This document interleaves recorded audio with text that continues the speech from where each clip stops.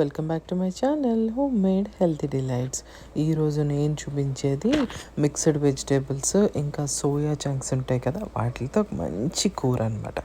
అయితే ఇది చపాతీకి వాడుకునే కూర లేదా వెజిటేబుల్ రైస్కి కూడా వాడుకోవచ్చు.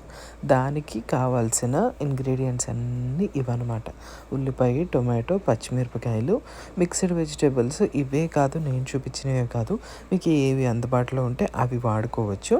ఈ సోయా చంక్స్ చాలా మంచిది కదా, సో నేను ఇది వాడుతున్నాను. ఇప్పుడు ప్రాసెస్ చూద్దాం.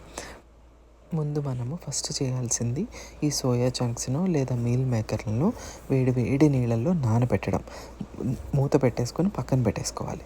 అయితే ఇప్పుడు మనము కర్రీలోకి వెళ్ళిపోదాం. ఫస్ట్ దీనికి ప్యాన్ పెట్టుకొని దానికి సరిపడినంత ఆయిల్ వేసుకొని, ఈ ఆయిల్లో వేడెక్కినాక ఒక స్పూన్ జీలకర్ర వేస్తున్నాను. దీంతోపాటు నేను ఒక స్పూను ఆవాలు కూడా వేస్తున్నాను. ఇది కంప్లీట్లీ ఆప్షనల్, వద్దనుకున్న వాళ్ళు అవాయిడ్ చేసేయండి. ఈ కూరకి ఉల్లిపాయలు చాలా చిన్నగా చాప్ చేస్తేనే మంచి గ్రేవీ వస్తుంది.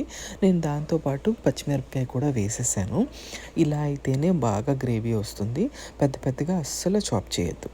దీనికి సరిపడినంత పసుపు వేసుకుందాం. ఇప్పుడు వేసుకొని ఈ ఉల్లిపాయలకి ఈ సరిపడినంత ఉప్పు వేసుకొని దీన్ని బాగా ఉల్లిపాయలని మంచి లైట్ బ్రౌన్ కలర్ వచ్చేంత వరకు వేయించుకోవాలి.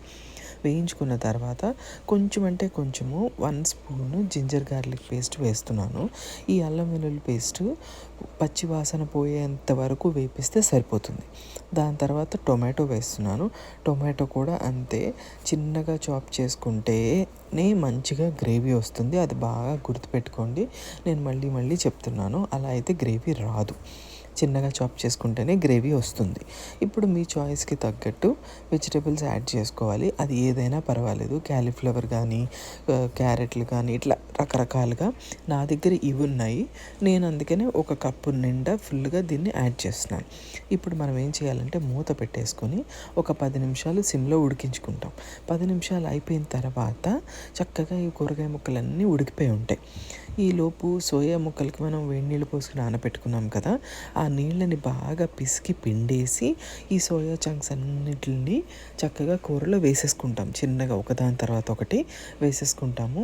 కంపల్సరీగా వీటిని నీళ్లు తీసేసి వేయాలి, చాలా ఇంపార్టెంట్. మళ్ళీ చెప్తున్నానని అనుకోవద్దు. ఇలా చేయండి. చేసేసిన తర్వాత ఒక 2 మినిట్స్ దీన్ని బాగా ఫ్రై అవ్వనిచ్చిన తర్వాత దీనికి అవసరం అనుకుంటే ఒక కప్పు వాటర్ వరకు మనం పోసుకోవచ్చు. పోసేసుకున్న తర్వాత దీనికి ఒక 2 నిమిషాలు అయిపోయిన తర్వాత ఒక స్పూన్ కారం వేసుకోవాలి. మనము ఒక స్పూన్ కారం వేసేసుకున్న తర్వాత మళ్ళీ సేమ్ 1 లేదా 2 నిమిషాలు దీన్ని బాగా ఫ్రై చేసుకొని దీన్ని కొంచెం దగ్గరికి రానిచ్చినాక గరం మసాలా జల్లుకోవాలి. ఏ గరం మసాలా అయినా కూడా పర్వాలేదు. నా దగ్గర చికెన్ గరం మసాలా ఉంటే నేను అది వేసేసాను. టేస్ట్ చాలా బాగుంటుంది. ఇప్పుడు మన దగ్గర కావాలనుకుంటే కొత్తిమీర ఏదైనా ఉంటే గార్నిష్ చేసుకొని స్టవ్ కట్టేసుకోవచ్చు. అంతేనండి, మన mixed veg soya chunks curry ready అయిపోయినట్టే.